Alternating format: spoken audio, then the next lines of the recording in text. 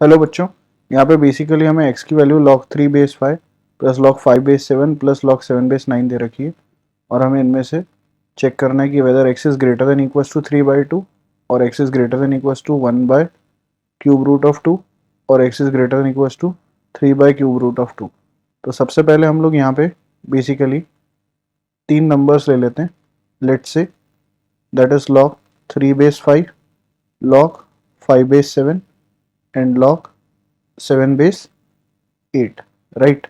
तो बेसिकली हम लोग एक कंडीशन जानते हैं, व्हाट इज दैट, सॉरी ये 8 नहीं है 9 है ना, तो 9 हो गया, right. This is 9। Now we know the condition A M is greater than equals to what, G M.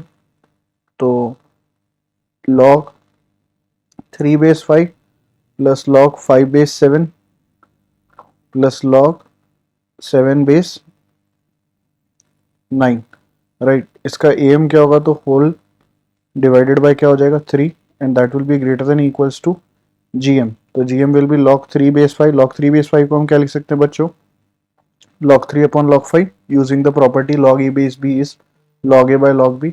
Now that is in multiplication with what, log 5 upon log 7, right, and that is in multiplication with what, log 7 upon log 9. Now 9 can be written as 3 square, so that will be basically your 2 log 3, right, and whole की power कितना हो जाएगा 1 by 3 because am is a plus b plus c by 3 and gm is a b c whole to the power 1 by 3।